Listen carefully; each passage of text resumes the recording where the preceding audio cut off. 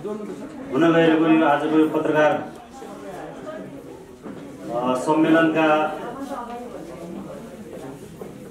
अध्यक्ष तथा हाम्रो संगठनका अध्यक्ष, संगठनका पदाधिकारी साथीहरू, संगठनका सचिवालयका साथीहरू, केन्द्रीय सदस्यहरू, विभिन्न जिल्लाका जिल्ला अध्यक्षहरू, पत्रकारहरू लगायत सम्पूर्ण उपस्थित साथीहरूमा हाम्रो गौरवशाली संगठनको तर्फबाट स्वीकार क्रान्तिकारी न्यानो अभिवादन गर्छु। साथीहरू, भदौको 10 र 11 गते चितवनमा हामी 22औं राष्ट्रिय सम्मेलन आयोजक समितिको बैठक बस्यौं, पूर्ण बैठक बस्यौं। त्यो बैठकले राष्ट्रिय सम्मेलनको सन्दर्भमा, नेपालको शैक्षिक समस्याको सन्दर्भमा, जनताको जनजीविकाको सन्दर्भमा लगायत थुप्रै विषयमा महत्त्वपूर्ण निर्णय गरेर त्यो बैठक सम्पन्न भएको छ। त्यो बैठकमा हाम्रो गौरवशाली पार्टीका आदरणीय महासचिव नेत्र विक्रम चन्द उपस्थित हुनुहुन्थ्यो। उहाँले हामीलाई अहिलेको सम्पूर्ण राजनीतिक सन्दर्भ सहितको विषयवस्तुमा दिशानिर्देश गर्नुभएको छ। त्यो सबै महत्त्वपूर्ण विषयलाई संश्लेषित गर्दै आज हामीले पत्रकार सम्मेलन गर्न गइरहेका छौँ। हामीलाई आशा छ यो रिपोर्टर्स क्लब मार्फत हामीले हाम्रो विषयवस्तुहरू नेपालका 3 करोड आदरणीय अभिभावकहरू समक्ष, न्यायप्रेमी जनताहरू समक्ष, लाखौं विद्यार्थीहरू समक्ष हाम्रो विषयवस्तुहरूलाई पुर्याउन खोजिरहेका छौँ। हामीलाई आशा छ यो विषयमा हामी सफल हुनेछौँ। उपस्थित सम्पूर्ण साथीहरूलाई मैले यहाँ सरस्वती यो धेरै लामो मैले यहाँ गर्ने छैन। हाम्रो विषयवस्तु हाम्रो संगठनका अध्यक्षले सविस्तार राख्नुहुनेछ। त्यसो भए पनि हामीले गरेका महत्त्वपूर्ण निर्णयको सन्दर्भमा मैले तपाईहरुको बीचमा प्रेस विज्ञप्ति हामीले बनाएका छौँ। त्यो विज्ञप्ति सरस्वती पढेर सुनाउँदैछु। अखिल नेपाल राष्ट्रिय स्वतन्त्र विद्यार्थी युनियन क्रान्तिकारी केन्द्रीय समिति प्रेस विज्ञप्ति। हाम्रो महान तथा गौरवशाली संगठन अखिल क्रान्तिकारी 22औं राष्ट्रिय सम्मेलन आयोजक समितिको पूर्ण बैठक यही मिति 2078 भाद्र 10 र 11 गते संगठनका अध्यक्ष चिरञ्जीवी ढकालको अध्यक्षतामा हाम्रो जनप्रिय पार्टी नेपाल कम्युनिस्ट पार्टीका आदरणीय महासचिव कमरेड विप्लवको प्रमुख आतिथ्यतामा पार्टी केन्द्रीय सचिवालय सदस्य विषम, पार्टी केन्द्रीय सदस्य तथा संगठन फ्याक्सन इन्चार्ज कमरेड मिलन, पार्टी केन्द्रीय सदस्य सन्देश, पार्टी केन्द्रीय सदस्य असलको आतिथ्यतामा सम्पन्न भयो। ऐतिहासिक 22औं राष्ट्रिय सम्मेलन आयोजक समितिको पूर्ण बैठकले लिएका महत्त्वपूर्ण निर्णयहरू सार्वजनिक गर्न यो प्रेस विज्ञप्ति जारी गरिएको छ। नम्बर 1, कमरेड चिरञ्जीवी ढकालको संयोजकत्वमा 38 सदस्यीय 22औं राष्ट्रिय सम्मेलन आयोजक समितिको गठन गरिएको छ। नम्बर 2, संगठनको 22औं राष्ट्रिय सम्मेलन आगामी 2078 असोज 6, 7 र 8 गते वैज्ञानिक समाजवादी व्यवस्थाका लागि एकीकृत जनक्रान्ति हाम्रो आन्दोलन, वैज्ञानिक समाजवादी शिक्षा प्राप्तिका लागि 22औं राष्ट्रिय सम्मेलन भन्ने मूल नाराका साथ पोखरामा गर्ने निर्णय गरिएको छ। नम्बर 3, 22औं राष्ट्रिय सम्मेलनसँग सम्बन्धित निम्न उपसमितिहरू गठन गरिएको छ। क, विधान तथा प्रतिवेदन लेखन उपसमिति। संयोजक चिरञ्जीवी ढकाल, सदस्यहरू प्रकाश शाही, वीरेन्द्र विक, मिलन राई, वीरेन्द्र शाह, शारदा भण्डारी। ख, जनपरिचालन स्वयंसेवक तथा प्रचार उपसमिति। संयोजक रुद्र भट्टराई, सदस्यहरू नरेन्द्र विक, नवराज भट्ट, मदन चन्द, पुष्प नेउपाने कोशी, प्रीतिमा चौधरी। ग, व्यवस्थापन उपसमिति। संयोजक प्रकाश शाही, सदस्यहरू मिलन राई, नवराज भट्ट, अटल पाण्डे, सुरेन्द्र बस्नेत। ग, आर्थिक उपसमिति। संयोजक नरेन्द्र विश्वकर्मा, सदस्यहरू कलम बडुवाल, ललित विक र सबै क्षेत्रीय समन्वय समितिका संयोजकहरू। अतिथि व्यवस्थापन उपसमिति। संयोजक सन्तोषी भट्टराई, सदस्यहरू रूपा बुढा, अटल पाण्डे, नताशा सुवेदी। च वैज्ञानिक समाजवादी शिक्षा अध्ययन उपसमिति संयोजक प्रकाश शाही, सदस्यहरू नरेन्द्र विक, मिलन राई। 4 वर्तमान दलाल पुँजीवादी शिक्षा प्रणालीको विकल्पमा राजनीतिज्ञ, विद्यार्थी, अभिभावक, शिक्षाविद, सम्बन्धित विषयका विज्ञहरू, शिक्षक लगायत सर्वकलासँग छलफल र अन्तर्क्रिया गरी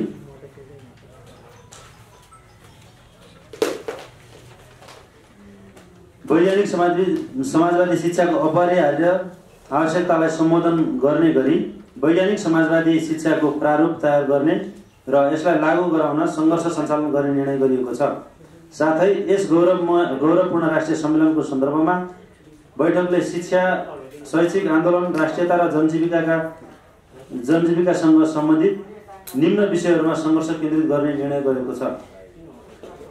नम्बर क सामुदायिक र निजी विद्यालयहरूले देशैभरि विभिन्न वाहनामा लिइरहेको चर्को शुल्क तत्काल खारेज गराउने सम्बन्धमा।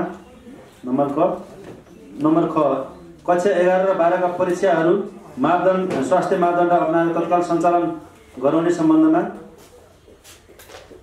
नम्बर 3 शैक्षिक संस्थाहरूले कोभिड अवधिको शुल्कमा न्यूनतम 50% छुटको व्यवस्था गरियोस् भनेर विषयको उठान गरिएको छ। त्यसैगरी नम्बर 4 विद्यार्थीहरूलाई सार्वजनिक यातायातको भाडामा 45% छुट दिने व्यवस्थाको कडाइपूर्वक कार्यान्वयन गरियोस् भनेर सरकारसँग अपिल गरिएको छ। नम्बर 5 विश्वविद्यालयमा भएको राजनीतिक भागभण्डाको खारेज गरियोस् भनिएको छ। नम्बर 6 देशभरका विश्वविद्यालयहरूमा भएको बेरोजगारीका सन्दर्भमा तत्काल छानबिन गरी दोषीलाई कडा कारबाही गरियोस् भनेर हामीले माग गरेका छौँ। नम्बर 7 सामुदायिक विद्यालयहरूमा तत्काल पाठ्य पुस्तक पुर्याउने व्यवस्था गरियोस् भनिएको छ। नम्बर 8 सम्पूर्ण विद्यार्थीहरूलाई कोभिड खोपको तत्काल व्यवस्था गरियोस् भनेर माग गरिएको छ। नम्बर 9 पेट्रोलियम पदार्थमा गरिएको मूल्य वृद्धि खारेज गरियोस् भनेर माग गरिएको छ। नम्बर 10 देशव्यापी बाढी, पहिरो, डुबान लगायतका प्राकृतिक प्रकोपमा परेका जनतालाई राहत, उद्धार तथा तत्काल उपयुक्त व्यवस्थापनको प्रक्रिया अगाडि बढाइयोस् भनेर सरकारसँग जोडदार माग गर्दछौँ। त्यसैगरी नम्बर 11 जयसिंह धामीको हत्याको सत्य तथ्य छानबिन गरी दोषीलाई कडा कारबाही गरियोस् भनेर सरकारसँग माग गरिएको छ। नम्बर 12 2077 फाल्गुन 20 गते नेपाल कम्युनिस्ट पार्टी र नेपाल सरकार बीच भएको 3 बुँदे सहमति तत्काल कार्यान्वयन गरियोस् भनेर माग गरिएको छ। क्रान्तिकारी अभिवादन सहित 13 भाद्र 2078 चिरञ्जीवी ढकाल, संयोजक 22औं राष्ट्रिय सम्मेलन आयोजक समिति। यसरी हाम्रो गौरवशाली संगठन अखिल क्रान्तिकारीले आफ्नो 22औं राष्ट्रिय सम्मेलन आयोजक समितिको बैठक मार्फत विषयवस्तुको उठान गरेको छ। पक्कै पनि हामी सबैले अनुभूति गरिरहेको विषय छ कि अहिले देश चरम महामारीको पीडामा छ। देशैभरि वर्षातका कारणले गर्दाखेरि बाढी, पहिरो र डुबानले मान्छेको जनजीवन प्रभावित भइरहेको छ। युवाहरू बेरोजगार छन्, विद्यार्थीहरू आफ्ना कक्षा कोठामा नगएको करिब 1.5-2 वर्ष हुँदैछ। यो सन्दर्भमा राज्यले यसलाई जिम्मेवारपूर्वक यी समस्याहरूप्रति ध्यान दिने, समाधान गर्ने भन्दा पनि आफ्नो सरकारलाई अथवा आफ्ना मान्छेहरूलाई विभिन्न ठाउँमा नियुक्ति गर्ने, विगतमा गरिएका नियुक्तिहरू बदल गर्ने लगायतका तमाम जो विषयले जनताको जीवनमा खासै प्रभाव पार्दैन ती विषयहरूमा रुमल्लिरहेको हामीले देखिरहेका छौँ। त्यसो भएको हुनाले एउटा जिम्मेवार सङ्गठन हुनुको नाताले, युवा विद्यार्थी हुनुको नाताले हामी सबै युवा विद्यार्थीहरूको दायित्व बन्छ कि राज्यले जे काम गरिरहेको छ त्यो कामले नेपाली जनताको जनजीवनमा प्रभाव पारिरहेको छैन, युवा विद्यार्थीहरूको जीवनमा प्रभाव पारिरहेको छैन, किसानहरू, मजदुरहरूको जीवनमा प्रभाव पारिरहेको छैन। त्यसो भएको हुनाले अहिले सबै क्षेत्रका युवा विद्यार्थीहरूले राज्यलाई अथवा सरकार सञ्चालकहरूलाई खबरदारी गर्नुपर्ने जिम्मेवारी बोध सहित हामीले यो पत्रकार सम्मेलन मार्फत 12वटा महत्त्वपूर्ण विषयमा ध्यान आकर्षण गराएका छौँ। हामीलाई आशा छ यो विषय आम जनताको विषय हो र यो विषयमा राज्य सञ्चालकहरू, सरकार सञ्चालकहरू गम्भीरतापूर्वक ध्यान दिनेछन् र अहिले जनताको जीवनमा जो समस्या आइरहेको छ, विद्यार्थीले जो पढाइमा अप्ठ्यारो भोगिरहेको छ, युवा बेरोजगार हुन परिरहेको छ, यी यावत समस्याहरूलाई समाधान गर्ने दिशातर्फ राज्यले आफ्नो ध्यानाकर्षण गर्नेछ भन्ने विषयवस्तु हामीले यो सन्दर्भमा जोड्न चाह्यौँ। र यसै सन्दर्भमा हाम्रो केन्द्रीय समितिको बैठक या भनौँ 22औं राष्ट्रिय सम्मेलन आयोजक समितिको बैठक, जुन बैठकले महत्त्वपूर्ण निर्णयहरू गरेको छ, त्यो निर्णयको भावसहित आफ्ना विषय राखिदिनका निमित्त यो विज्ञप्तिमा तमाम विषयहरू छन्, ती विषयहरूलाई अझ विस्तारित रूपले आफ्नो विषयवस्तु राखिदिनका निमित्त 22औं राष्ट्रिय सम्मेलन आयोजक कमिटीका संयोजक कमरेड चिरञ्जीवी ढकाललाई म यहाँ अनुरोध गर्दछु। उहाँले विषयवस्तु राखिसके पछाडि फलोर ओपन हामीले गर्नेछौँ, त्यहाँ पत्रकार साथीहरूले आफ्ना विषयवस्तुहरू राख्नुहुनेछ। आफ्नो विषय राखिदिनका निमित्त संयोजक कमरेड चिरञ्जीवी ढकाललाई म अनुरोध गर्दछु। उपस्थित हाम्रो महान तथा गौरवशाली सङ्गठन अन्यराष्ट्रिय क्रान्तिकारीका केन्द्रीय पदाधिकारी, सचिव, कोषाध्यक्ष, सचिवालयका कमरेडहरू र केन्द्रीय समितिका सहयोगका कमरेडहरू, उपस्थित तपाईँ पत्रकार साथीहरू र विभिन्न चाहिँ तह तबकामा रहेर सङ्गठनमा क्रियाशील तपाईँ सहयोगका साथीहरू र अन्य मित्रहरू, यहाँहरू सबैलाई म हाम्रो सङ्गठन अन्यराष्ट्रिय क्रान्तिकारीको केन्द्रीय समितिको तर्फबाट तपाईँहरूलाई क्रान्तिकारी न्यानो अभिवादन टक्राउँछु, स्वीकार्नुहोस्, लाल सलाम। पत्रकार साथीहरू, हामी हाम्रो सङ्गठनको अन्यराष्ट्रिय क्रान्तिकारीको 22औं राष्ट्रिय सम्मेलनको पूर्व सन्ध्यामा छौँ। भर्खरै हामीले गएको भाद्र 10 र 11 गते हाम्रो पार्टीका आदरणीय महासचिव कमरेड विप्लवको प्रमुख आतिथ्यमा र पार्टीका अन्य नेताहरूको उपस्थितिमा हाम्रो सङ्गठनको ऐतिहासिक 22औं राष्ट्रिय सम्मेलन आयोजक समितिको बैठक सम्पन्न गरेर आज काठमाडौँको रिपोर्टर्स क्लबमा तपाईँ पत्रकार साथीहरूसँगको भेटघाट कार्यक्रम राखेका छौँ। यो कार्यक्रममा तपाईँ जो पत्रकार साथीहरू, मित्रहरू यहाँ आउनुभएको छ, हाम्रो निम्तालाई स्वीकारेर यहाँहरू सबैलाई सर्वप्रथम म सङ्गठनको तर्फबाट धेरै धेरै धन्यवाद व्यक्त गर्न चाहन्छु। अब साथी पत्रकार मित्रहरू, केही न केही हिसाबले तपाईँ हामी पनि यो देशको एउटा जिम्मेवार नागरिक छौँ। अझ पत्रकार साथीहरू त झनै बढी राज्यको चौथो अङ्ग भनेर परिभाषित पनि हुनुभएको छ र देशका हरेक जल्दाबल्दा समस्याहरूमा तपाईँहरूको आकार जाने नै भयो र समाचारको रूपमा त्यसलाई चाहिँ सम्प्रेषण गर्ने अभियान तपाईँहरूको हुने नै भयो। त्यसो हुँदा यो मुलुकको एउटा जिम्मेवार सङ्गठन र वैकल्पिक चाहिने सोच विचार सहितको एउटा जो सङ्गठन अन्यराष्ट्रिय क्रान्तिकारी छ र त्यसको ऐतिहासिक 22औं राष्ट्रिय सम्मेलन हामी गर्न गइराखेका छौँ। यहाँ सञ्चालक तथा सहयोगका महासचिवहरूले राखिसक्नु भएको छ। त्यसमा तपाईँ साथीहरूको चासो रहने नै भयो र पत्रकार साथीहरू, यहाँ तपाईँहरूलाई म दुईवटा भागमा आफ्ना कुराहरू राखौँला भन्ने मैले सोचेको छु। त्यो गर्दा तपाईँ साथीहरू, पत्रकार साथीहरूलाई सायद हाम्रो सङ्गठनको आगामी कामहरूको सन्दर्भमा र राष्ट्रिय सम्मेलनको सन्दर्भमा विषयहरू स्पष्ट हुन्छ जस्तो लाग्छ। पहिलो कुरा, हाम्रो सङ्गठनको हामी ऐतिहासिक 22औं राष्ट्रिय सम्मेलन गर्दैछौँ। तपाईँहरूले थाहा पनि पाइसक्नु भएको छ। हाम्रो बैठक लगत्तै हामीले सार्वजनिक पनि गर्यौँ र आज तपाईँहरू पत्रकार साथीहरू मार्फत हाम्रो सङ्गठनको ऐतिहासिक 22औं राष्ट्रिय सम्मेलन आउँदो असोज 2078 साल असोज 6, 7 र 8 गते पोखरामा हाम्रो भव्यतापूर्वक सम्मेलन, केन्द्रीय राष्ट्रिय सम्मेलन चाहिँ गर्ने हामीले निर्णय गरेका छौँ र त्यो राष्ट्रिय सम्मेलनसँग सम्बन्धित विभिन्न उपसमितिहरू बनेको कुरा तपाईँ साथीहरूले यहाँबाट थाहा पाइसक्नु भएको छ।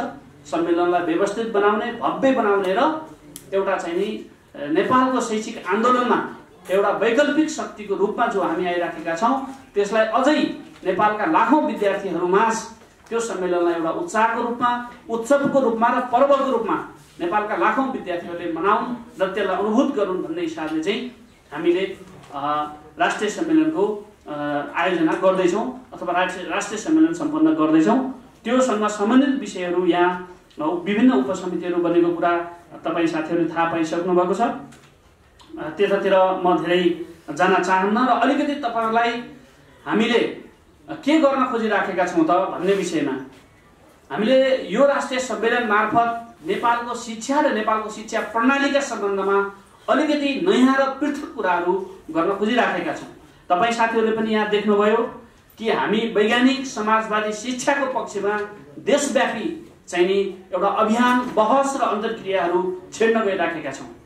आउँदो राष्ट्रिय सम्मेलनलाई नेपालमा अहिले जो दलाल पुँजीवादी शिक्षा प्रणाली छ त्यसको उत्पीडनमा परेका लाखौं नेपालका विद्यार्थीहरू जो छन् तिनीहरूलाई अहिलेको निकममा बेकममा र बेरोजगारहरू मात्रै उत्पादन गर्ने जो शिक्षा प्रणाली शिक्षा छ नेपालमा त्यसको विकल्पमा अहिले हामीले नयाँ ढंगले वैज्ञानिक समाजवादी शिक्षामा अब हामी जानुपर्छ भनेर नेपालमा पहिलो पटक हुन त हामीले अलि लामै समयदेखि यो बहस छलफलहरू गर्दै आएका छौं र हामीले चाहिँ नि विचार राजनीतिका हिसाबले अथवा शैक्षिक आन्दोलनका हिसाबले नेपालको चाहिँ शिक्षा कस्तो हुनुपर्दछ त भन्ने कुरामा मुख्य रूपमा हामी चाहिँ नि अबको जो हाम्रो राष्ट्रिय सम्मेलन आउँदैछ त्यो सम्मेलनमा बहस गर्ने चाहिँ हाम्रो चाहिँ विचार छ योजना छ र राष्ट्रिय सम्मेलनको उचाइ पनि हामी अबको नेपालको शैक्षिक आन्दोलन अथवा नेपालको समग्र शिक्षालाई कस्तो बनाउने भन्ने विषयमा बहस केन्द्रित गरौँला भन्ने हामीले सोच बनाएका छौं र यहाँ तपाईहरुले देखि पनि सक्नु भएको छ हाम्रो संगठनको महासचिवको नेतृत्वमा हामीले वैज्ञानिक समाजवादी शिक्षा अध्ययन उपसमिति भनेर संगठनका कमरेड अन्य कमरेडहरूको चाहिँ सहभागितामा एउटा बनाएका छौं हामीले। किनभने नेपालमा तपाईं हामीले देख्यौं भने यो एउटा महत्त्वपूर्ण कार्यभार हुन्छ पत्रकार साथीहरू कि शैक्षिक विषयवस्तुहरू शैक्षिक आन्दोलन र मुलुकको शिक्षामा जुन प्रकारको विकृति र विसङ्गति देखा परेको छ त्यसको हल दिने गरेर त्यसको एउटा गतिलो र बलियो विकल्प दिने गरेर अन्यराष्ट्रिय क्रान्तिकारीले आफ्नो राष्ट्रिय सम्मेलनलाई एउटा उत्सवको रूपमा मनाउन गइराखेको छ भन्ने कुरा मैले तपाईहरुलाई बुझाउन खोजेको। हामीले किन वैज्ञानिक समाजवादी शिक्षा भन्यौं भन्ने प्रसंगमा तपाई साथीहरुका कोइलीहरु पनि हुन सक्छन्। त्यसमा हामीले किन वैज्ञानिक समाजवादी शिक्षा भन्यौं भने अहिलेको नेपालको शिक्षा प्रणाली तपाई हामीले हेर्यौं भने यो दिशाविहीन छ। पढेर मान्छे के गर्ने अहिले तपाईहरुले देख्नुहुन्छ कि केही काम नभएपछि मान्छे पढ्छ हैन। केही काम नभएपछि अरु देशहरुमा विकसित मुलुकहरुमा के गर्छन् सबै काम छोडेर विद्यार्थी पढ्छ। आफ्नो उमेरमा विद्यार्थीहरु केही काम गर्दैन पढ्ने हुन्छ। तर हाम्रो देशमा के छ भने केही काम नपाएपछि अब केही भएन जागिर पनि पाइएन घरमा पनि काम के भएन उसै किन बस्ने भनेपछि अनि पढेर बस्ने यस्तो भएको छ। टाइम पासको विषय बनेको छ नेपालको शिक्षा। खाली साक्षरतासँग मात्रै जोडिएको छ नेपालको शिक्षा। त्यसकारणले गर्दा हामीले के भन्यौ भने अहिलेको शिक्षा जो चाहिँ नेपाल र नेपाली जनताको आवश्यकतालाई सम्बोधन गर्न सकिराखेको छैन त्यो शिक्षाले नेपालको प्राकृतिक साधन स्रोत र नेपालको ह्युमन रिसोर्सलाई जोड्न सकेको छैन अहिलेको शिक्षाले। त्यसकारणले यो शिक्षा अहिले चाहिँ तपाईको नेपालीहरुको आकांक्षालाई पूरा गर्न सकेको छैन। नेपालका 90 लाख करिब 90 लाख विद्यार्थीहरुको भविष्यलाई यसले सुनिश्चितता प्रदान गर्न सकेको छैन। त्यसकारणले हामीले के भन्यौ भने वैज्ञानिक समाजवादी शिक्षा अबको विकल्प हुन सक्छ। किन भन्नुहुन्छ साथीहरु भने अहिले तपाईले देख्नुहुन्छ देशमा दुईवटा प्रणालीमा शिक्षा दिइने गरिएको छ। एउटा निजी र अर्को सरकारी सामुदायिक भनेर नेपालको शिक्षा प्रदान गरिएको छ। निजीमा तपाईले हेर्नुभयो भने पनि यति धेरै विकृति र विसङ्गतिहरू छन्। निजी स्कुल र कलेजका साहुहरूलाई पैसा भन्दा अर्को कुनै चाहिँ मतलब छैन। विद्यार्थी अभिभावकसँग कसरी पैसा सोर्ने आफ्नो बिजनेस कसरी चाहिँ तपाईको प्रमोट गर्ने एउटा बिजनेसको रूपमा शिक्षालाई लिएका छन्। पैसा आउँछ भने तिनी विद्यार्थीलाई जे पनि बनाउन तयार छन् जे कुरा पनि गर्न तयार छन्। यस्तो छ नेपालको निजी शिक्षाको हालत। तपाईले हेर्यौ भने चाहिँ तपाईको जति छ अभिभावकसँग 100 रुपैयाँ छ 100 रुपैयाँ लुट्ने 1000 छ 1000 खोज्ने लाख छ लाख खोज्ने यस्तो खालको छ। यति व्यापार छ निजीकरणको चपेटामा आज लाखौं नेपालका विद्यार्थीहरु अभिभावकहरु परिरहनु भएको छ। त्यसकारणले यो समस्याबाट अहिले मुक्ति दिलाउनु पर्ने छ तपाई हामीले। त्यसकारणले निजी शिक्षाको विकल्पमा पनि हामी वैज्ञानिक समाजवादी शिक्षामा जानुपर्ने देखिन्छ। अर्को हामीले के भन्यौ भने नेपालमा सरकारी स्कुलहरु अथवा कलेजहरु अथवा विश्वविद्यालयहरुको अवस्था तपाई हामीले हेर्यौ भने यति नाजुक छ कि त्यो कल्पना गर्न सकिन्न। तपाईहरु यहाँ विद्यार्थी साथीहरु हुनुहुन्छ यहाँ अधिकांश पत्रकार साथीहरु पनि विद्यार्थी नै हुनुहुन्छ जस्तो लाग्छ। क्याम्पसहरुको अवस्था सरकारी शिक्षालयहरुको अवस्था विश्वविद्यालयहरुको अवस्था क्याम्पसहरुको अवस्था स्कुलहरुको अवस्था तपाई हामीले देख्यौ भने ठुल्ठुला सहरहरूमै पनि शैक्षिक सार्वजनिक र सरकारी शिक्षालयहरू तपाईँको खण्डहरको रूपमा विकसित भइराखेका छन्। त्यहाँ चाहिँ राम्रो गुणस्तरीय शिक्षा पाइँदैन भन्ने कुरा अब सामान्य मजदुरले पनि बुझेको छ। भारी बोकेर भए पनि बालुवा चालेर भए पनि आज मान्छेको आवश्यकता के छ भने बोर्डिङ स्कुलहरूमा पढाउनु पर्ने, प्राइभेट क्याम्पसहरूमा पढाउनु पर्ने बाध्यता छ अभिभावकको आजको दिनमा। त्यसकारणले ठुलो विश्वासको सङ्घर्ष सरकारी राज्यले सञ्चालन गरेको शिक्षामा आज नेपालमा। त्यसकारणले गर्दाखेरि न निजी शिक्षाले नेपालको समाधान चाहिँ शैक्षिक विषयलाई समाधान गर्न सकेको छ, न निर्लज्जताका बावजुद जो सरकारले शिक्षा सञ्चालन गरिराखेको छ, न त्यसले आजको शिक्षा नेपालको शिक्षाको समस्याहरूलाई सम्बोधन गर्न सकेको छ। त्यसकारणले यो दुईवटै शिक्षा नेपालमा के भयो भने फेल खाएको छ साथीहरू। त्यसकारणले हामीले के भन्यौँ भने वैज्ञानिक समाजवादी शिक्षा भनेर ल्याएका छौँ। अब यसको हामी अध्ययन गरिराखेका छौँ, अनुसन्धान गरिराखेका छौँ, यसका विज्ञहरूसँग हामी छलफल कुराकानीहरू पनि हामीले गरिराखेका छौँ। र नेपालमा हामीले भनेको वैज्ञानिक समाजवादी शिक्षा कस्तो हुने त तपाईँहरूलाई अहिले छोटोमा हामीले एउटा कन्सेप्ट बनाएका छौँ। त्यस्तो शिक्षा वैज्ञानिक समाजवादी शिक्षा हो जसले श्रम र समयलाई जोड्न सक्छ, श्रम र समयको महत्त्व बुझाउन सक्छ। त्यस्तो शिक्षा वैज्ञानिक समाजवादी शिक्षा हो भनेर हामीले अहिले भनेका छौँ। जो श्रमसँग जोडिएको हुन्छ, जो उत्पादनसँग जोडिएको हुन्छ त्यो शिक्षा। अहिले तपाईँहरूले हेऱ्यौँ भने के छ भने मान्छे जति जति माथिल्लो क्लास पढ्दै पढ्दै जान्छ त्यति त्यति मान्छे श्रमबाट कर्दै जान्छ, काम गर्नु पर्दैन, कामबाट मान्छेले घृणा लाग्छ के। तपाईँहरूले देखाएको छौँ नि, जति पढ्यो त्यति कामबाट श्रमबाट मान्छे चाहिँ नि विमुख हुँदै गइराखेको छ। त्यसकारणले गर्दा के छ भने श्रमप्रति सम्मान गर्ने, श्रमलाई सम्मान गर्ने, अहिले विज्ञान र प्रविधिको 21औं शताब्दीको युगमा समयलाई बुझ्न सक्ने त्यस्तो खालको शिक्षा प्रणाली, त्यस्तो खालको शिक्षालाई केन्द्रित गरेर राखेर हामीले के भनेका छौँ भने यो हो वैज्ञानिक समाजवादी शिक्षा भनेर भनेका छौँ। त्यसकारणले गर्दाखेरि त्यो वैज्ञानिक समाजवादी शिक्षाले मात्रै के गर्नेछ भने नेपालको अहिले जो शैक्षिक समस्याहरू छ, निजीकरणको समस्या छ, माफियाकरणको समस्या चाहिँ छ, व्यापारीकरणको समस्या छ, हुने खानेका छोराछोरीहरूले पढ्न पाएका छन्, भए खानेका छोराछोरीहरूको अवस्था नाजुक छ। तपाईँहरूले देखाएका छौँ अहिले पनि नेपालमा करिब 8% बालबालिकाहरू स्कुल जाने उमेर समूहका बालबालिकाहरू स्कुलबाट चाहिँ वञ्चित भएका छन् हैन। तपाईँहरूले मेडिकल शिक्षामा त्यस्तै विकृति विसङ्गति छ, इन्जिनियरिङ शिक्षामा त्यस्तै छ, अरू थुप्रै प्राविधिक शिक्षाहरूमा के छ भने ठुलो सङ्कट छ। त्यसकारण नेपालको समग्र शिक्षालाई एउटा सही दिशा र गति दिनको लागि पनि हामीले के भनेका छौँ भने वैज्ञानिक समाजवादी शिक्षा भनेका छौँ। यदि हामीले राम्रोसँग बुझाउन सक्यौँ, हामी बनाउँदैछौँ, अनुसन्धान गर्दैछौँ, त्यो भयो भने के हुन्छ भने तपाईँको वैज्ञानिक समाजवादी शिक्षाको लागि नेपालका लाखौँ युवा विद्यार्थीहरू सडकमा आउनेछन् र आफ्नो भविष्यको लागि यो राज्यको विकृति विसङ्गतिका विरुद्ध सङ्घर्ष गर्नेछन् भन्ने हामीलाई एउटा पुरा विश्वास छ साथीहरू।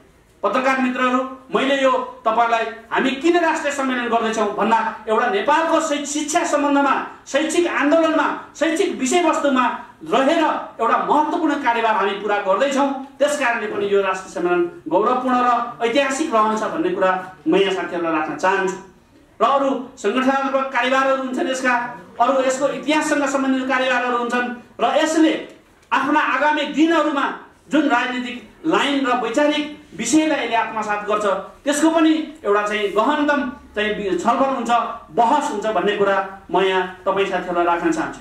अर्को दोस्रो विषय छ यहाँ हामीले अहिले नेपालको जो जल्दो बल्दो विषय छ त्यो विषयमा हाम्रो सङ्गठनको यो राष्ट्रिय सम्मेलन आयोजक समितिले आफ्नो गम्भीर ध्यानाकर्षण भएको छ र हामीले त्यहाँ निर्णयहरू गरेका छौँ र त्यहाँ सरकारलाई अथवा राज्य सत्तासीनहरूलाई हामीले चाहिँ दबाब स्वरूप अहिले हाम्रो सङ्गठनले हाम्रो राष्ट्रिय सम्मेलनलाई आन्दोलनमय बनाउने, आन्दोलनको सङ्घर्ष बनाउने अथवा आन्दोलनको सङ्घर्षको चाहिँ सम्मेलन बनाउने भन्ने हिसाबले हामीले यहाँ थुप्रै विषयवस्तु राखेका छौँ साथीहरू।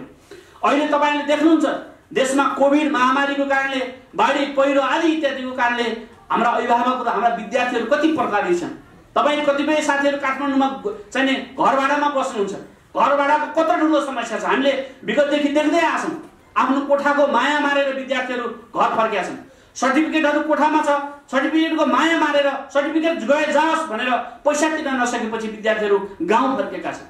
यस्तो बिजोग छ। तर अहिले यो राज्य, यो सरकार तपाईँहरूले हेऱ्यो भने यो नतमस्तक छ। यसले नेपालका लाखौँ विद्यार्थीहरूको समस्या हल गर्न सकेका छैन। यस्तो पीडा भएको बेलामा नेपालका यस्ता लाखौँ युवा विद्यार्थीहरू चाहिँ नि यति धेरै पीडित भइरहनु परेको बेलामा उल्टो अहिले तपाईले हेर्नुभयो भने निजी स्कुल कलेजहरूले त लुटेकै छन्, ठगेकै छन् विद्यार्थीहरूलाई। त्यस्तो चाहिँ नि तपाईको यो सङ्कटको घडीमा अहिले सामुदायिक विद्यालयमा तपाईले हेर्नुभयो भने देशव्यापी रूपमा चाहिँ नि तपाईको शुल्क लिएर पढाइन्छ। नेपाली भाषा र अङ्ग्रेजी भाषाको नाममा सामुदायिक र सरकारी विद्यालयहरूमा पनि त्यहाँ वर्गको सिर्जना गरिँदैछ। पैसा तिर्नेहरू अथवा अझै धेरै पैसा तिर्नेहरू इङ्ग्लिस मिडियममा पढ्ने, पैसा नभएकाहरू अथवा थोरै मात्रै पैसा तिर्न सक्नेहरू सरकारी नेपाली मिडियममा पढ्ने, यस्तो विकृति तपाईँ हामी सरकारी स्कुलहरूमा देखिराखेका छौँ, सामुदायिक विद्यालयहरूमा देखिराखेका छौँ। त्यसकारणले हाम्रो सङ्गठनको केन्द्रीय समितिको जो चाहिँ 22औं राष्ट्रिय सम्मेलन आयोजक समितिले यो विषयमा गम्भीरतापूर्वक बोलेको छ र यो विषयलाई राज्यले सरकारले छिटोभन्दा छिटो हल गरोस्। मौलिक अधिकारको रूपमा शिक्षालाई संविधानमा लेख्ने तर जनता र अभिभावक र विद्यार्थीलाई लुट्न नछोड्ने यो अनैतिक काम राज्यले नगरोस् भनेर हामीले हाम्रो बैठकमा निर्णय गरेका छौँ र तपाईँ साथीहरू पत्रकार साथीहरू मार्फत यो कुरा सार्वजनिक हामी गर्न चाहन्छौँ। अब दोस्रो कुरा हामीले भनेका छौँ कक्षा 11 र 12 का तपाईको करिब 9 लाख विद्यार्थीहरूको अवस्था तपाईले हेर्नुभयो भने बिजोग छ। परीक्षा कहिले हुने हो थाहा छैन, पढ्यो अनि 4 दिन 5 दिन अगाडि परीक्षा स्थगित भनिन्छ। यति बिजोग छ विद्यार्थीहरूको अवस्था। आफ्नो देशका नौजवानहरू, आफ्नो देशका भरभराउँदा युवाहरूको यो हकीकत हुँदाखेरि यो राज्य यो सरकार नतमस्तक भएर बसेको छ। त्यसकारण हामीले के भनेका छौँ, हाम्रो सङ्गठनको केन्द्रीय समितिले के निर्णय गरेको छ भने कक्षा 11 र 12 मा पढ्ने विद्यार्थीहरूलाई अहिले कोभिडको समयमा स्वास्थ्य मापदण्ड पालना गरेर उनीहरूलाई उमेर पुगेकाहरूलाई कोभिडको चाहिँ खोप दिएर त्यसपछि चाहिँ सुरक्षित ढङ्गले उनीहरूको चाहिँ परीक्षा लिनुपर्छ, उनीहरूको भविष्यमाथि खेलवाड गर्न पाइँदैन भनेर हामीले जोरदार रूपमा माग राखेका छौँ र त्यसको यही विषयमा पनि सङ्घर्ष गर्ने र सम्मेलनसम्म जाने भन्ने निर्णय हामीले गरेका छौँ साथीहरू। अब त्यस्तै हामीले यो कोभिडको बेलामा तपाईहरुले हेर्नुभयो भने यति शुल्क लुटेका छन्। अब अनलाइन तपाईको चाहिँ नपढाउने, पैसा चाहिँ बैंकमा हाल्दियो भन्ने यति ठुलो चाहिँ जो मन परि लुट विद्यार्थीहरुमा गरेका छ। हामीले न्यूनतम रूपमा शुल्क लिएर जो पढाइराखेका छन् तिनीहरूले जो शैक्षिक संस्था छन् तिनीहरूले कम्तीमा पनि न्यूनतम 50% छुट विद्यार्थीहरूलाई दिनुपर्छ। अहिले ती सावरको कुनै खर्च छैन क्याम्पस र स्कुलहरुमा। अहिले खाली अनलाइनमा पढाउने, टिचरले घरैबाट पढाउँछन्, विद्यार्थीले घरै बसेर पढ्छन्। तिनले शुल्क त्यत्रो पैसा किन चाहिँ लुटिरहन पर्यो? त्यसकारणले हामीले के माग गरेका छौँ र के निर्णय गरेका छौँ साथीहरू, हाम्रो गएको बैठकबाट भने 11-12 अथवा क्याम्पस युनिभर्सिटी स्कुलहरुमा पढ्ने विद्यार्थीहरूको समग्र शुल्कको कम्तीमा न्यूनतम 50% चाहिँ छुट दिनुपर्छ भनेर हामीले निर्णय गरेका छौँ साथीहरू। त्यस्तै अर्को हामीले भनेका छौँ यो विगतमा हामीले धेरै पटक आन्दोलन मार्फत रगत बगाएर त्यसपछि विद्यार्थीहरूले आफ्नो टाउको फुटाएर 45% चाहिँ नि सार्वजनिक यातायातको भाडामा जो छुट चाहिँ हामीले दिने एउटा सफलता थियो विद्यार्थी आन्दोलनको। आज विद्यार्थी आन्दोलनमाथि नै अपमान गर्ने गरेर, विद्यार्थी आन्दोलनलाई लज्जित गर्ने गरेर अहिले 45% भाडामा जो छुट दिने व्यवस्था थियो त्यो नेपालमा कहीँ पनि छैन। दिनेभरि 5 रुपैयाँ छुट, 10 रुपैयाँ छुट यस्तो खालको छ। लामो यातायातका दूरीमा कहीँ पनि छुट दिने गरेको छैन।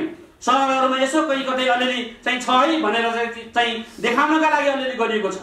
तर के छ भने विद्यार्थीहरूलाई 45% या सार्वजनिक यातायातको भाडामा छुट दिनु पर्थ्यो, त्यो दिएको छैन। हाम्रो बैठकले चाहिँ दिनुपर्छ भनेर जोरदार माग गरेको छ र सम्मेलनसम्म जाँदाखेरि हामी यो विषयलाई पनि एउटा सङ्घर्षको रूपमा लिनेछौँ भनेर यहाँ निर्णय गरेका छौँ साथीहरू। त्यस्तै तपाईहरूले देख्यो भने विश्वविद्यालय आज राजनीतिक पार्टी कार्यालय जस्तो भएको छ। तपाईहरूले हेर्यौँ भने विश्वविद्यालय जो विशुद्ध रूपमा प्राकृतिक थलोको रूपमा हुनु पर्थ्यो, त्यसले अनुसन्धान गर्ने, रिसर्च गर्ने, संसारमा भइराखेका चाहिँ परिवर्तनहरूको गतिशीलतालाई विश्वविद्यालयहरूले बुझ्ने र त्यसलाई आत्मसात गर्ने जो काम गर्न पर्थ्यो त्यो गर्ने छैन। अब स्थिति त यस्तो भएको छ कि तपाईको विश्वविद्यालयहरूमा एकाडेमिक अथवा एकाडेमिसियनहरू जो छन् तिनीहरूले छोडेर अब दलका राजनीतिक पार्टीका कार्यकर्ताहरू नेताहरू बनाउन थालेका छन्। भिसीहरू, रजिस्ट्रारहरू, डाइरेक्टरहरू के छ भने अहिले कुनै पनि एउटा अमुक पार्टीका नेताहरू छन्, कार्यकर्ताहरू छन्। त्यसकारण नेपालको शिक्षा बिग्रिनुमा, नेपालको शिक्षा असरल हुनुमा यो पनि एउटा महत्त्व। यसको हाम्रो सङ्गठनको केन्द्रीय समितिले जोरदार विरोध गरेको छ र यो राजनीतिक भागभण्डा जो विश्वविद्यालयमा भइराखेको छ यसको अन्त्य गरियोस् भनेर हामीले कडाइपूर्वक चाहिँ माग राखेका छौँ र यसलाई सङ्घर्षको रूपमा अगाडि बढाउने निर्णय गरेका छौँ। त्यसैगरी अहिले तपाईहरुले देख्नुभयो भने महालेखा परीक्षकले एउटा प्रतिवेदन सार्वजनिक गरेको छ केही समय अगाडि। त्यहाँ विश्वविद्यालयहरुमा कति ठूलो भ्रष्टाचार छ भन्ने कुराको एउटा चित्र आएको छ। महालेखा परीक्षक भनेको राज्यको एउटा अंग हो, त्यो संवैधानिक व्यवस्था भएको अंग हो, संविधानले नै तोकेको एउटा अंग हो, त्यो सरकारकै अंग हो। सरकारकै एउटा अंगले राज्यमा अथवा सत्तासीनहरूले अथवा जसरी अघि हामीले भन्यौं राजनीतिक भागभण्डाको आधारमा भर्ना भएका विभिन्न पद खाएका राजनीतिक पार्टीका नेता कार्यकर्ताहरू जो विश्वविद्यालयमा छन् तिनीहरूले कति भ्रष्टाचार गरे र कति बेरुजु छ विश्वविद्यालयमा भन्ने कुरा उजागर गरिदिएको छ। त्यसकारण विश्वविद्यालयमा भ्रष्टाचार गर्ने, अरबौं रुपैयाँ बेरुजु गर्ने यस्ता अपराधीहरूलाई, यी दोषीहरूलाई चाहिँ कडा भन्दा कडा कारबाही गरोस् सरकारले भनेर हामीले माग गरेका छौं र आगामी राष्ट्रिय सम्मेलनलाई हामी यो विषयलाई पनि एउटा महत्त्वपूर्ण चाहिँ विषयको रूपमा अगाडि बढाउने हामीले निलो गरेका छौं साथै। अब त्यसैगरी अहिले तपाईले हेर्नुभयो भने नेपालमा शैक्षिक सत्र सुरु भएको 5-6 महिना करिब 5 महिना पूरा हुन लाग्यो, तर अहिले पनि तपाईको 17-18 वटा जिल्लाहरुमा हाम्रा नानी बाबुहरूले पाठ्य पुस्तक पाएका छैनन्। पोहोर साल हामीले भन्यौं, पोहोर साल हामीले दबाब पनि दियौं, त्यो केही समय हाम्रो दबाबको कारणले अलि चाँडो पुगेको थियो। यो पटक पनि हामीले भन्यौं, तर कोभिडको बहानामा, बाढी पहिरोको बहानामा अहिले पनि ती हाम्रा भाइ बहिनीहरूले चाहिँ पाठ्य पुस्तक प्राप्त गर्न सकेका छैनन्। त्यसकारणले राज्यले यस्तो निरीहता प्रदर्शन नगरोस्, आफ्ना चाहिँ विद्यार्थीहरूलाई समयमै पाठ्य पुस्तक दिनुपर्नेछ। यदि दिएन भने हामीले यो विषयलाई लिएर पनि संघर्ष सञ्चालन गर्ने र यो काममा जो गैर जिम्मेवार कर्मचारीहरू छन्, प्रकाशकहरू छन्, तिनीहरूको विरुद्ध संघर्ष गर्ने हामीले निर्णय गरेका छौं। त्यो कुरा पनि म यहाँ साथीहरूलाई राख्न चाहन्छु। त्यसैपछि विद्यार्थीहरूलाई खोप दिने भनिएको छ, तर यो अमूर्त छ। विद्यार्थीहरूलाई, उमेर पुगेका विद्यार्थीहरूलाई, प्लस 2 का विद्यार्थी, क्याम्पसका विद्यार्थीहरूलाई खोप दिने भनिएको छ, तर यसको व्यावहारिक रूपमा वस्तुनिष्ठ ढंगले सही ढंगले कार्यान्वयन भएको छैन साथीहरू। अहिले पनि उनका आफन्तहरूलाई, उनका इष्टमित्रहरूलाई, चिन्जानका मान्छेहरूलाई, आफ्ना कार्यकर्ताहरूलाई बोलाइ खोप दिएको छ, तर नेपालका लाखौं जो विद्यार्थीहरू अहिले पनि खोप विहीन छन् र कोभिड-19 को चाहिँ जोखिममा छन्। त्यसकारणले हाम्रो संगठनको केन्द्रीय समितिले के निर्णय गरेको छ भने नेपालका लाखौं विद्यार्थीहरू जो कोभिडको जोखिममा छन् तिनीहरूलाई तत्काल कोभिडको खोप उपलब्ध गराइयोस् भन्ने निर्णय गरेका छौं। त्यसैगरी अहिले पछिल्लो पटक तपाईले हेर्नुभयो भने यति धेरै यो पेट्रोलियम पदार्थमा मूल्य वृद्धि गरिएको छ, त्यसको पनि हाम्रो संगठनले काठमाडौँमा बैठक बस्नुभन्दा अगाडि नै हामीले चाहिँ ठुलठुला प्रदर्शनहरू पनि गर्यौं, ज्ञापन पत्रहरू पनि दियौं, तर यो दलालहरूलाई, भ्रष्टहरूलाई चाहिँ नि यो लातको भूतबातले मान्दैन भने जस्तो भनेर नसुन्ने भए। त्यसकारणले अहिले हामीले हाम्रो संगठन केन्द्रीय समितिबाटै यो विषयलाई एउटा मुख्य मुद्दाको रूपमा अगाडि लिएर जाने र आइपरेको संघर्ष सञ्चालन गर्ने भन्ने निर्णय चाहिँ यहाँ गरेका छौं साथीहरू।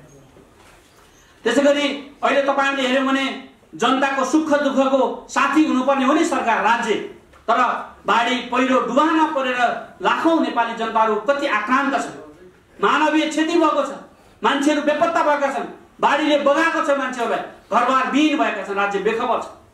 राज्य सिंहदरबार वरिपरि छ, राज्य काठमाडौँ केन्द्रित छ, तर नेपालका लाखौं नेपाली जनताले पाएको दुःख, परेशानी र हैरानीमा सरकार साथ दिन सकेको छैन। त्यसकारणले हामीले के भनेका छौं भने यो सरकारसँग, यो निरीह सरकारसँग हामीले के भनेका छौं भने छिटो भन्दा छिटो बाढी पहिरो र डुबान पीडित नेपालका लाखौं चाहिँ जनतालाई तत्काल राहत, उद्धार र तिनको उचित व्यवस्थापनमा ध्यान देऊ भनेर चाहिँ माग राखेका छौं।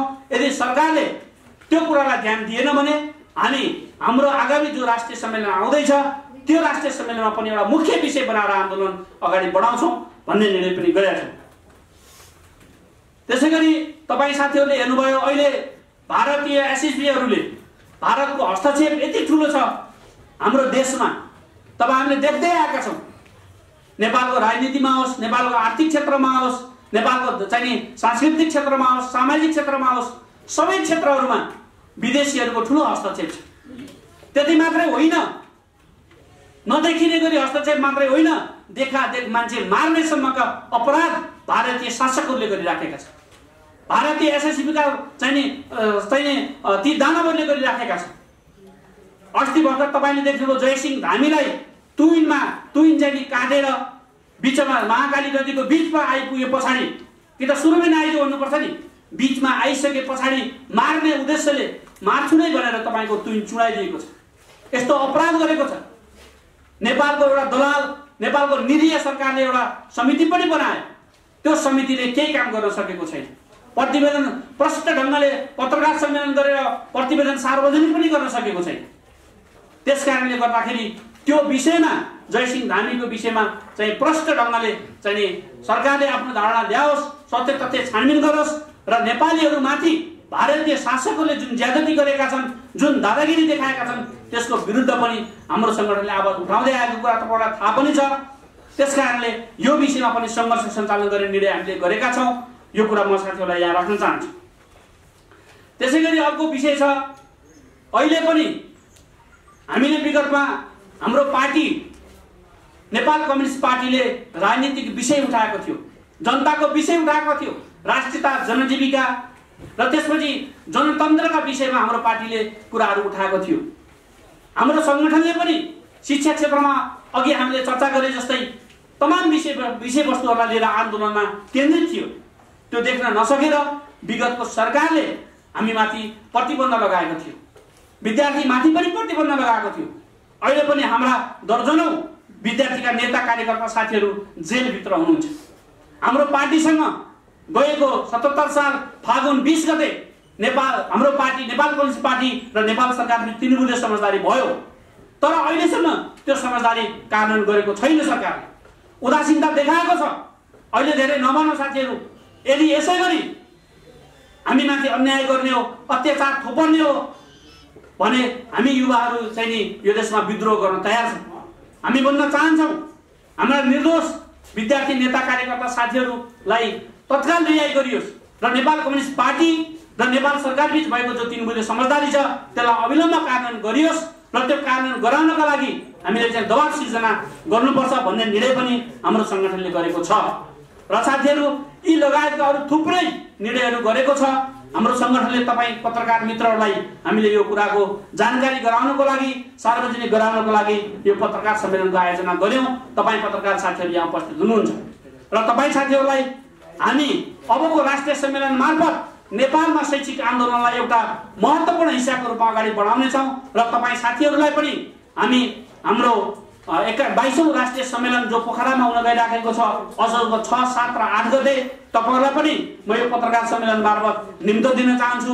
तपाईहरु आउनुहोला र सँगै जाने भए पनि साथीहरुले भन्न सक्नुहुन्छ, आफ्ना कुराहरु चाहिँ राख्न सक्नुहुन्छ र गएर एकपटक तपाई पत्रकार सबै युवा साथीहरु लागेर अखिल क्रान्तिकारीको यो राष्ट्रिय सम्मेलनलाई एउटा पर्वको रूपमा मनाऊ र नेपालमा एउटा वैकल्पिक शिक्षाको खोजी गरौँ, जो हामीले वैज्ञानिक समाजवादी शिक्षा भनेका छौँ त्यसमा अग्रसर हौँ र आगामी दिनमा शैक्षिक आन्दोलनलाई एउटा गतिशील बनाएर अगाडि लिएर जाउँ भन्ने कुराहरू म यहाँ राख्न चाहन्छु। यिनै निर्णय हाम्रो महान तथा गौरवशाली संगठन अखिल क्रान्तिकारीले आफ्नो 22औं राष्ट्रिय सम्मेलन आयोजक समितिको बैठकमा चाहिँ त्यहाँ निर्णय गर्यौं। हाम्रो पार्टीका आदरणीय महासचिव विप्लव कमरेड त्यहाँ उपस्थित हुनुहुन्थ्यो। उहाँले अहिलेको समसामयिक राजनीतिको बारेमा, अहिलेको विश्व राजनीतिको बारेमा, अहिलेको नेपाली जनताका समस्याहरूको बारेमा र युवा विद्यार्थीहरूको कार्यभारहरूको बारेमा चाहिँ आफ्ना सार्वजनिक मन्तव्यहरू राख्नु भएको थियो। त्यसैगरी अरू हाम्रो पार्टीका आदरणीय लिडर कमरेडहरूले पनि युवा विद्यार्थीहरूलाई प्रशिक्षित गर्नुभएको थियो। यो कुरा तपाईँ साथीहरूलाई जानकारी गराउँदै अहिले मैले यहाँबाट राख्ने विषयलाई यति राख्छु। अब साथीहरूका हामीले उठाएका विषयवस्तुहरूमा केही क्वेसन्सहरू छन्, क्वेरीहरू छन्, जिज्ञासाहरू र सुझावहरू छन् भने हामीलाई केन्द्रित गर्नुहुनेछ भन्ने कुरा पनि म यहाँ राख्न चाहन्छु। र तपाईँ साथीहरूका केही क्वेरीहरू छन् भने हामी सुन्छौँ र त्यसको उत्तर दिने कोसिस पनि गर्छौँ भन्दै मैले आफ्नो विषय यहीँ टुङ्ग्याउँछु। धन्यवाद। लाल सर, नेता कार्यकर्ता त्यस्तो देख्नु भएको छ तपाईँहरूले? छैन। अहिले पनि तपाईले देशका 7-8 वटा जिल्लाहरूमा मैले भने 2 दर्जन भन्दा बढी विद्यार्थीका नेता कार्यकर्ता साथीहरू राजद्रोहको मुद्दामा यिनै शैक्षिक मागहरू राखे बापत अहिले पनि साथीहरू जेलमा हुनुहुन्छ। तपाईँ के भन्नुहुन्छ? नेपालमा अरू विद्यार्थी संगठनहरूले बोल्ने कुरा र यो अखिल क्रान्तिकारीले बोल्ने कुरा एउटै हो? यो कुरा होइन। तपाईलाई थाहा छ नेपालको शैक्षिक आन्दोलन गर्दै गर्दा इतिहासको कुरा छोड्नुहोस्, अहिले मात्रै केही समय अगाडि, आजभन्दा 2 वर्ष 2.5 वर्ष अगाडि मात्रै हाम्रो संगठन केन्द्रीय समितिको कमरेडले शहादत प्राप्त गर्नुभएको छ। शहीद हुनुभएको छ। तपाईँ कोही विद्यार्थी नेपालका अरू विद्यार्थी सङ्गठनलाई देख्नुहुन्छ शैक्षिक आन्दोलनमा लाग्दै गर्दा तिनको एक थोपा रगत कहीँ चुहिएको छ तपाईँ भेट्नुहुन्न। रगतको कुरा धेरै परेको कुरा नेपालको शैक्षिक आन्दोलनमा तिनले एक थोपा पसिना पनि चुहाउँदैन। रगतको कुरा पर छोड्नुहोस्। तर यो विद्यार्थी सङ्गठन हो, अनिरासुल क्रान्तिकारी त्यस्तो विद्यार्थी सङ्गठन हो, त्यस्ता युवाहरूको जमात हो जसले नेपालको शैक्षिक आन्दोलनमा आफ्नो रगत दिन तयार छ। तपाईँ पत्रकार साथीले धेरै महत्त्वपूर्ण क्वेसन उठाउनु भएको छ। तपाईँको प्रश्नलाई म सम्मान गर्न चाहन्छु। किन नेपालमा सबैले यही बोल्छन्? दिक्क लाग्छ पत्रकार साथीहरूलाई पनि, लेख्दा लेख्दा हैरान, समस्याको समाधान कहिल्यै हुँदैन। तपाईँलाई यति भनौँ साथी, हामी राष्ट्रिय सम्मेलनको तयारी गर्दैछौँ। आगामी 22औं राष्ट्रिय सम्मेलनबाट तपाईँहरूले साथ दिनुहोस्, हाम्रा कुरा प्रचार प्रसार गर्नुहोस्। तपाईँहरूले आखिर तपाईँ पनि पीडित हुनुहुन्छ, हामी पनि पीडित छौँ। नेपालका सबै अधिकांश नेपाली जनता र नेपालका युवा विद्यार्थी पीडित छ। तिनै साथीहरूले एकपटक आन्दोलनको नेतृत्व गरौँ। सुट बुट लाएर सिंहदरबार धाएर मन्त्रीहरूको चाहिँ चाकडी गरेर शैक्षिक आन्दोलन अगाडि बढ्न सक्दैन। यो कुरा हामीले बुझेका छौँ। त्यसकारण म तपाईँ साथीलाई के भन्न चाहन्छु, पत्रकार साथीहरूलाई भने यदि यो माग पुरा भएन भने हामीले नेपालको शैक्षिक आन्दोलनमा बलिदानी गर्दै आएका छौँ। बलिदानीका लागि हामी तयार छौँ र हाम्रो सङ्गठन नेपालको शैक्षिक आन्दोलनमा आफूलाई बलिदानको तहसम्म उठाउन तयार छ। हामीले उठाउँदै आएका पनि छौँ। त्यसकारणले तपाईँ साथीलाई विश्वस्त हुनमा आग्रह गर्छु। अब हामी कसरी बलिदान गर्छौँ भन्ने कुरा त्यो सङ्घर्षको रूपमा फरक पर्छ। कहिलेकाहीँ यस्तो हुन्छ साथीहरू कि हामीले नसोचेको पनि हुन्छ। हामी शान्तिपूर्ण ढङ्गले भन्छौँ, अहिले सरकारसँग हामीले हाम्रा आवाजहरू मार्फत शान्तिपूर्ण प्रदर्शनहरू मार्फत अहिले हामीले हाम्रो विषयहरू यो देशका सत्तासीन, यो देशका शासकहरूलाई राखिराखेका छौँ। तर अहिले हामीले राखेका मागहरू, हामीले गरेका निर्णयहरू विद्यार्थीका जायज मागहरूलाई सुनिएन भने तपाईँले देख्नुहुन्छ हिजो नेपालमा राणाहरूको विरुद्ध चलेको आन्दोलन, पञ्चायतका विरुद्ध चलेको आन्दोलन, कथित बहुदलीय शासन प्रणालीका विरुद्ध, राजाहरूका विरुद्ध, राज संस्थाका विरुद्ध चलेका आन्दोलन र गणतन्त्रका पक्षमा चलेको आन्दोलन पनि तपाईँले हेर्नुभयो भने त्यसको नेतृत्व र त्यो आन्दोलनमा हाम्रो सङ्गठनले बलिदान गर्दै आएको छ। अहिले पनि मैले तपाईँ साथीहरूलाई भने नेपालको शैक्षिक आन्दोलनमा लागेर अरू कुनै विद्यार्थी सङ्गठनको एक मान्छे जेलमा छैन, तर हाम्रो सङ्गठन छ। त्यसकारणले तपाईँ हामीलाई विश्वास गर्नुहोस्। तपाईँ हामीलाई इमान्दारितापूर्वक शैक्षिक आन्दोलन लाग्न प्रेरित गर्नुहोस्। हामी इमान्दारीपूर्वक शैक्षिक आन्दोलनमा लाग्छौँ, मौरी जस्तै खट्छौँ। तपाईँहरूको शैक्षिक अधिकारका लागि हामी दुःख गर्छौँ, मेहनत गर्छौँ।